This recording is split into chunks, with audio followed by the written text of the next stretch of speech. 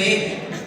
आज इस अवसर पर हम अपने उद्धारकर्ता के आगमन का आनंद, शुभकामना और बधाई को एक दूसरे को बांटते हैं और सर्वथा यह उचित और आवश्यक है कि हम सारा आदर और महिमा उसे देवे और हमें हमेशा देना भी है।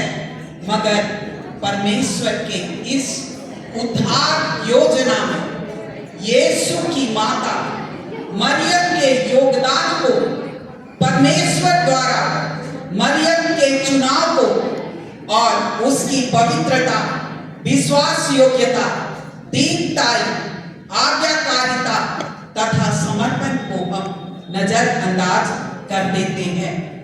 प्रभु में प्यारो, गलील के नासरत देश में एक यहूदी दंपति योआकीम और अन्ना के परिवार में नन्ही बालिका मरियम का जन्म होता है।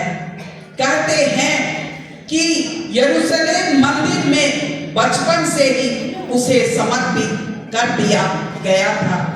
3 वर्ष तक वह याजकों के संग रहकर परमेश्वर की भक्ति में, समर्पण में, धार्मिकता और पवित्रता में बढ़ती गई और जवान होने पर अपने माता पिता के पास लौट आई। इसके बाद हम देखते हैं इस एकांकी में इसका एक तुच्छ प्रयास हम लोगों ने आपके समक्ष किया है कि प्रभु यीशु की याद तो हम करते हैं मगर उसकी माता मरियम को हम नजरअंदाज कर देते हैं।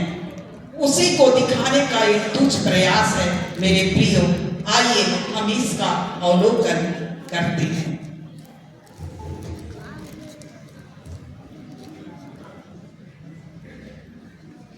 आनंद और जय हो जिस पर ईश्वर का अनुग्रह हुआ है, प्रभु तुम्हारे साथ है। मरियम घबरा गई, यह किस प्रकार का अभिवादन है? हे मरियम, भयभीत ना हो, क्योंकि परमेश्वर का अनुग्रह तुझ पर हुआ है। देख, तू गर्भवती होगी, तेरे एक पुत्र उत्पन्न होगा, तू उसका नाम यीशु रखना। वह महान होगा और परम प्रधान का पुत्र कहलाएगा और प्रभु परमेश्वर उसे उसके पिता दाऊद का सिंहासन उसे देगा और वह याकूब के घराने पर सदा राज्य करेगा और उसके राज्य का कभी अंत ना होगा। यह कैसे होगा? मैं तो पुरुष को जानती ही नहीं। पवित्र आत्मा तुझ पर उतरेगा और परम प्रधान की सामर्थ तुझ पर छाया करेगी।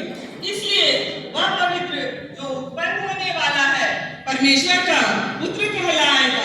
और देख, तेरी कुटुंबनी इलिशिबा के भी बुढ़ापे में पुत्र होने वाला है। यह उसका जो बांझ कहलाती थी 6वां महीना है, क्योंकि जो वचन परमेश्वर की ओर से होता है वह कभी प्रभाव रहित नहीं होता। देख, मैं प्रभु की दासी हूँ, मुझे तेरे वचन के अनुसार हो। मरियम इसके बाद अपनी बहन इलिशिबा से मिलने के लिए और अपने आनंद को बांटने के लिए इलिशिबा के घर जाती है।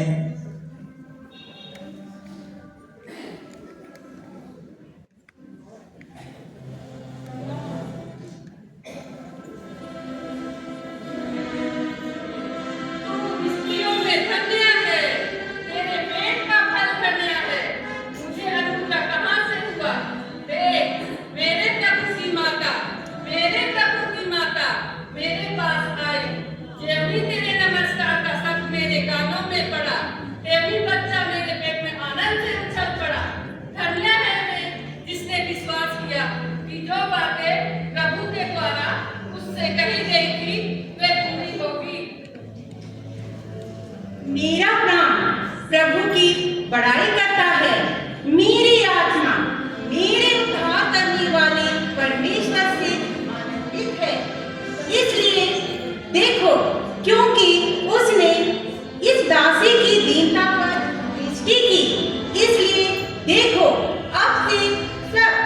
युग युग के लोग मुझे धन्य कहेंगे, क्योंकि उस शक्तिमान ने मेरे लिए बड़े बड़े कार्य किए हैं। उसका नाम पवित्र है। धीरे धीरे मरियम के गर्भवती होने का समाचार उसके आस पड़ोस में फैलने लगी। यह कितनी बदनामी की बात थी। लोग तरह तरह से बातें बनाते और मरियम की बदनामी करने लगे। सुनो बहनों, सुनो। एक पड़ोस की लड़की जिसका नाम मरियम है, उसने घोर अपराध किया है। उसने परमेश्वर के विरुद्ध बड़ा पाप किया है। अरे, ये तुम क्या कह रही हो?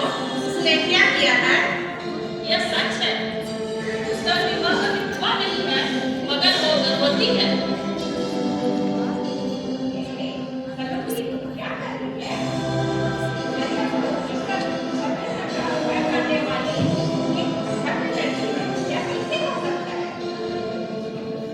सचमुच यह चिंता की बात है। उसके माता पिता के लिए बहुत ही चिंता की बात है। सचमुच में उसके माता पिता के लिए बहुत लज्जा की बात है। और उसका मन अगर यीशु अब क्या करेगा? सरकार के काम घर के लोगों को अपने आप को बस में करने लगते हैं। चलो बहनों, चलते हैं।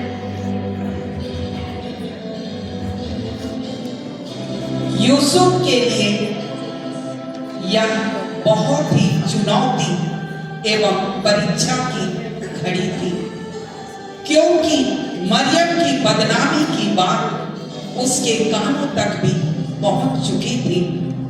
जो मरियम का मंगेतर था, वह अत्यंत बेचैन था और यह सोच रहा था कि क्या करे। मरियम की इस तरह बदनामी हो रही है, वो बड़े ही दुर्भाग्य की बात है। मैं इसका मंगेतर तो हूँ, पर कुछ ना कर सकता। इससे उसकी पीड़ा और बदनामी और बढ़ जाएगी। मेरे और उसके लिए यही भला होगा कि मैं उसे चुपचाप से त्याग दूंगा।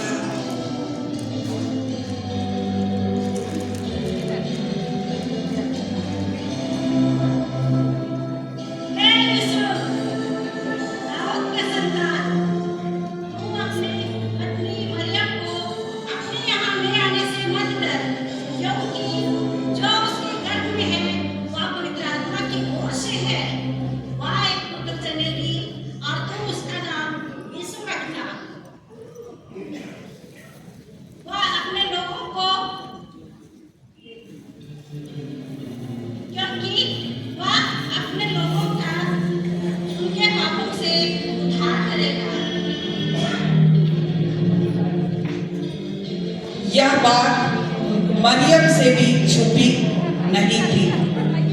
वह अत्यंत अपनी बदनामी से चिंतित थी, व्याकुल थी, मगर उसका विश्वास अडिग था।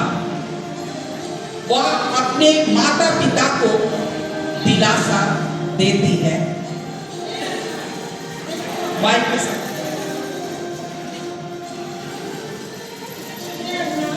देखो, हमारी बेटी का बहुत बदनामी हो रही है।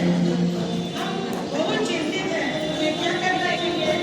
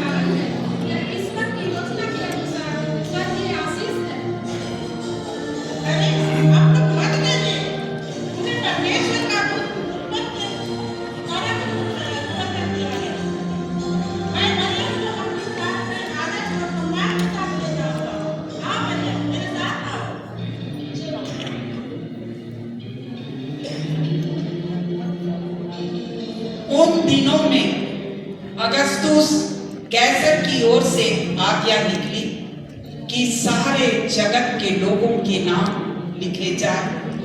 सब लोग नाम लिखवाने के लिए अपने अपने नगर को गए। यूसुफ भी अपनी मंगेतर मरियम के साथ नासरत से बैतलहम को गया, जो गर्भवती थी। वहां रहते हुए उसके जन्म के दिन पूरे हुए।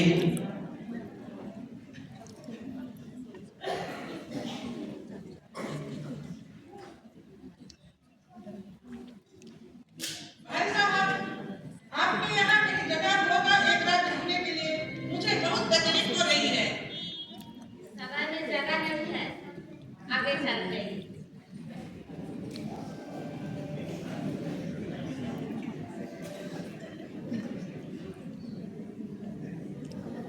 भाई साहब, आपके यहाँ एक रात रुकने की जगह हो सकती है क्या?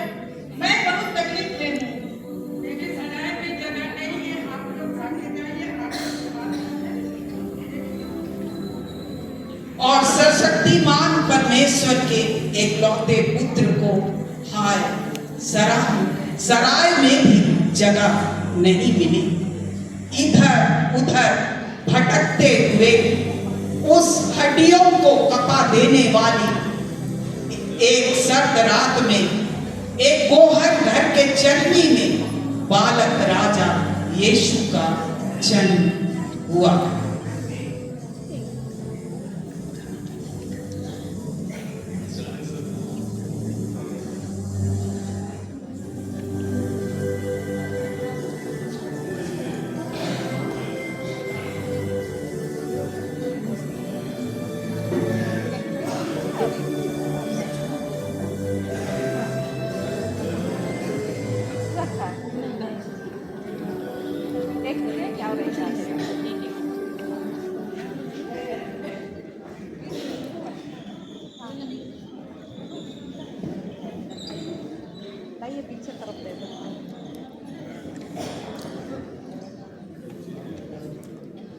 आज